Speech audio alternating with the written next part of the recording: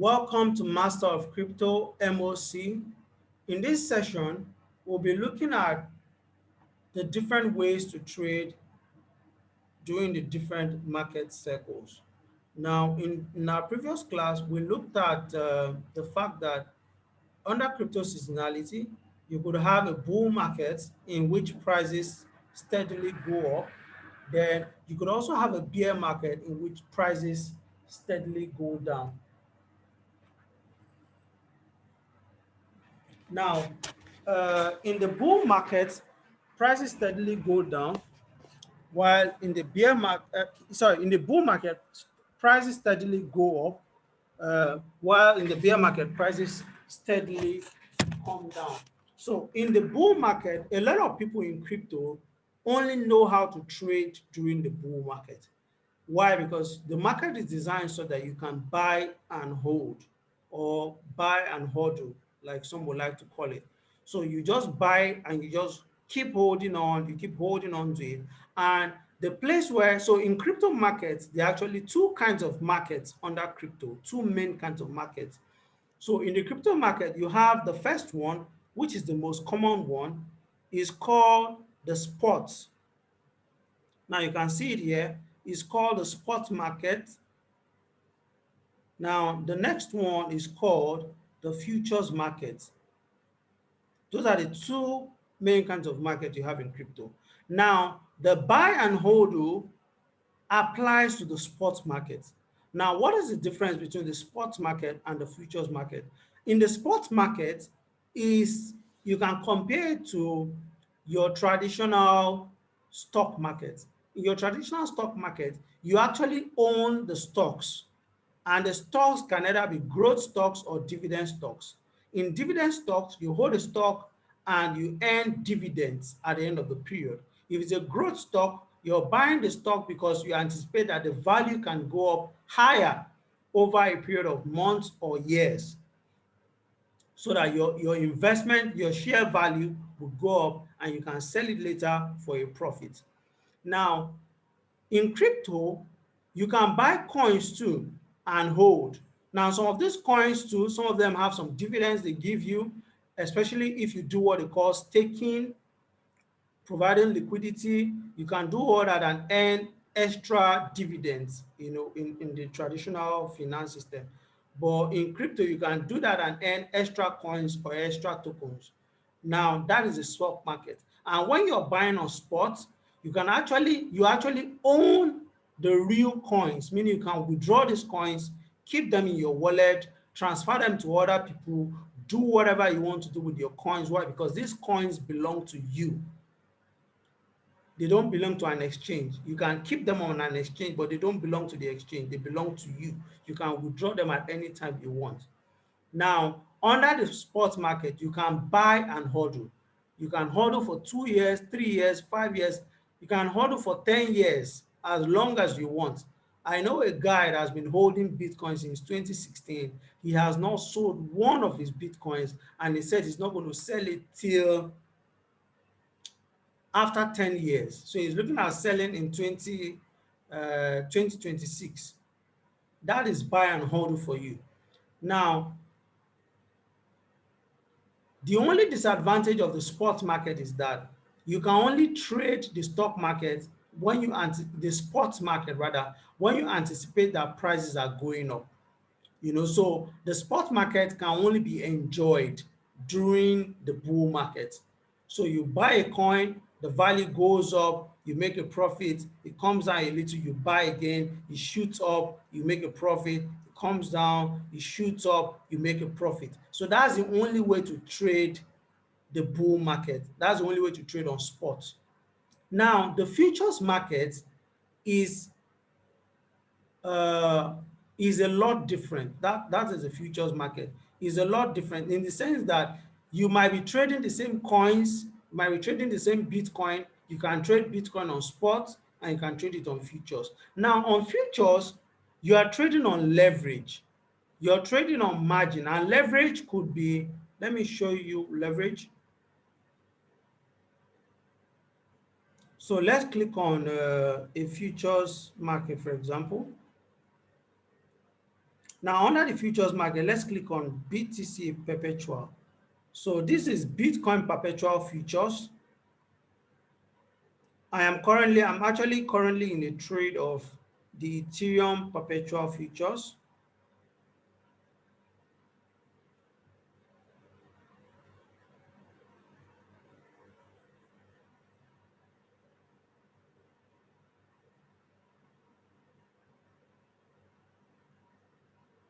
Now, this is Ethereum perpetual futures. I'm actually in a trade. I entered this trade, I think, sometimes in the afternoon. So, what am I doing? I'm actually selling this market. I'm shorting. I'm short selling. Why? Because in the futures market, you can trade in any direction. Now, I enter this trade here. Market is going in my favor. I am in some profits. Why? Because I'm trading the futures market. In the futures market, when price goes down, I make money if I am right. If it goes up, I make money irrespective of the direction. Now, the futures market, I can choose what leverage I want to trade with. I can either trade with 1x, 3x, 5x, 10x, 20x, 50x, 100x, 101x. Now, trading, most times I trade between 5x and 20x, depending on the time frame I'm trading, but most times I stick to 5x. Why? Leverage is like a rope that is given to you to hang yourself. Now, the longer the rope given to you, the more you'll be able to hang yourself. But if you take a short rope, it's very hard to hang yourself with a short rope. Now, using leverage means, for example, if I'm trading on this account, this is a small account, for example, I have only a couple of $100 there. So you can place trade with even small amount, with as low as even $10, you can open a futures trade. Now, on this trade, for example, I think I put in only a risk of about $30 on this trade. And okay, and my target is to make a profit of $60 on this trade if the market keeps going in my favor. Now, why can I put that trade that much? Why? Because if you use 5x, for example, if you have $100 and you're using 5x, the exchange sees it as though you have $500. Why? Because you're using 5x, and it means 500 $100 times 5, that is $500. So you have the ability to enter trades worth of $500. Why? You're using 5x. If I'm using 10x, for example, and I drag this button, I drag it to 10x, my leverage has been updated, and I have $100. It means I'm trading with a leverage of 10x. It means I'm trading with $1,000. Why? 100 times 10.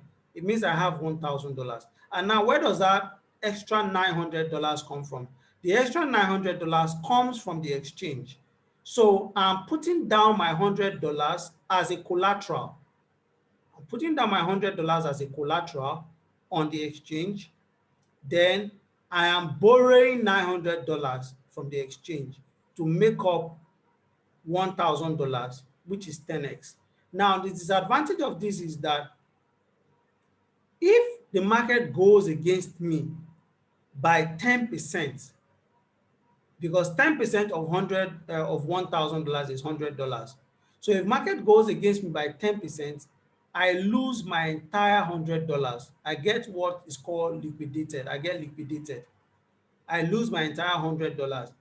If market goes in my favor by 10%, meaning if I enter Ethereum, for example, if I enter this Ethereum cell and Ethereum goes down and I use a leverage of 5x, sorry, leverage of 10x, and I risk my entire $100 on this trade, if market goes down in my favor, and I decided that, oh, Ethereum was going to go down and I'm shorting, if market goes down by 10%, I would have made $100 of this trade. Why? Because I'm trading with $1,000 that I got on loan. Then market has gone in my favor by 10%. So it means I've made $1,000. Sorry, I've made $100 from the $1,000 that I borrowed.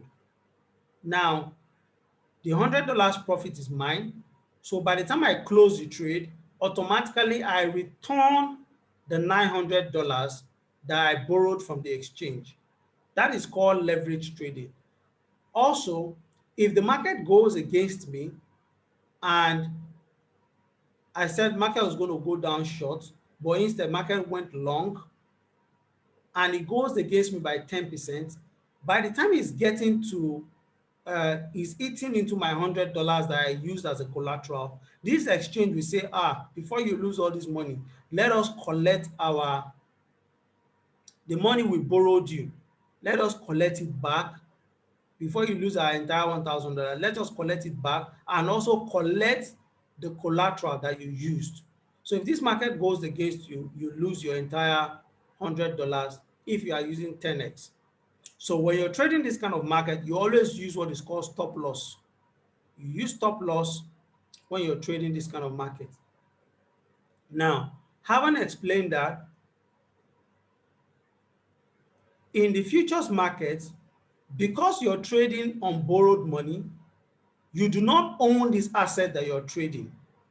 You cannot stake this asset that you're trading. Why? You're trading on leverage. You're trading, you're dropping the money you have and collecting a loan. So when you collect a loan, you are in debt. So when you are in debt, the money does not belong to you.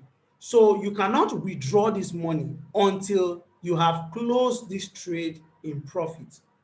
So that is the difference between spot and leverage. So in spot, you can only buy in one direction. You can only go buy and expect to sell later.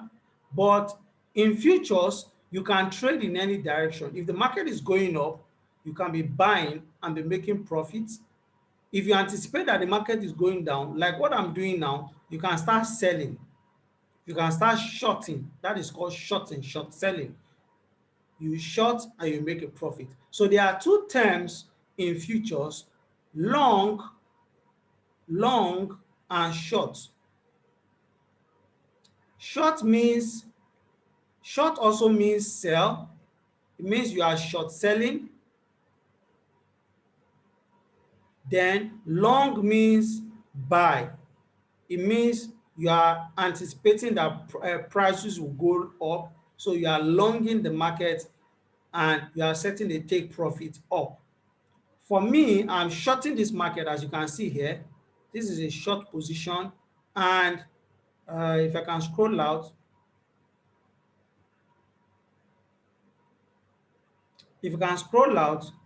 let me go to a higher time frame. I can scroll up to here. Let me go to a day. I actually anticipate that this market will drop lower. So my take profit is at $2,400 and $2,200. Currently, price is around $2,600. So if it drops some more, my first position will be closed at a profit. Then my second position will be close to if it drop, because I anticipate that this market might come this low. Now I'm shorting the market. So if the market is bearish, in a bear market, I can decide to start shorting. Why? Because I'm trading on futures. If it's a bull market, I can decide to start longing. And I'm using leverage. So leverage has advantage and it has disadvantage. So you have to be calm, reduce your greed, and have your trading plan clearly marked out. So in that way, in any direction the market is going, you don't care. I was selling here, I sold here, now I'm selling here again. Do you understand? So when this market came down, I made some profit. When it came down here, I made some profit. I'm not just shorting here, I'm shorting on another account too. Do you understand? So if you know how, but to be able to trade futures properly, you need a good knowledge of technical analysis, meaning how to read charts and other things. And you need to practice and formulate a strategy.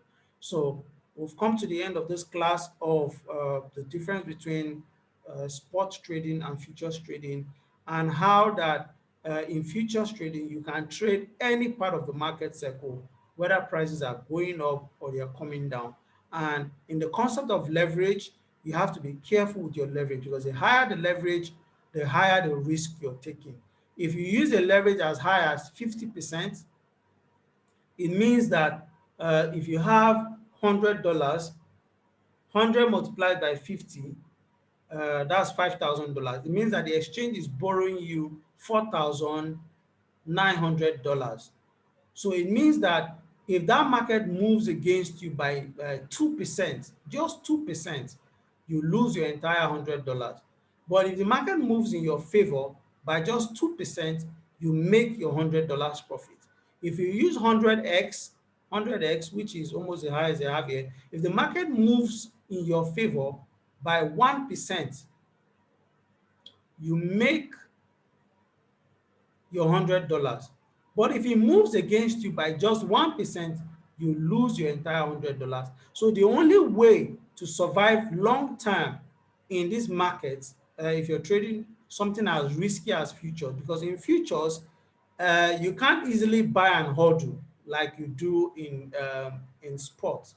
Why? Because if market is going against you, you can get to a point where you get liquidated, where your entire account is wiped out. But in sports, your account can never get liquidated, because if you buy one Bitcoin, your one Bitcoin will remain one Bitcoin. Whether Bitcoin goes down to $1,000 or it goes as high as $100,000, your one Bitcoin will remain one Bitcoin. Why? You are on spot market. You can decide to hold it for 10 years and your one Bitcoin remain one Bitcoin in your wallet.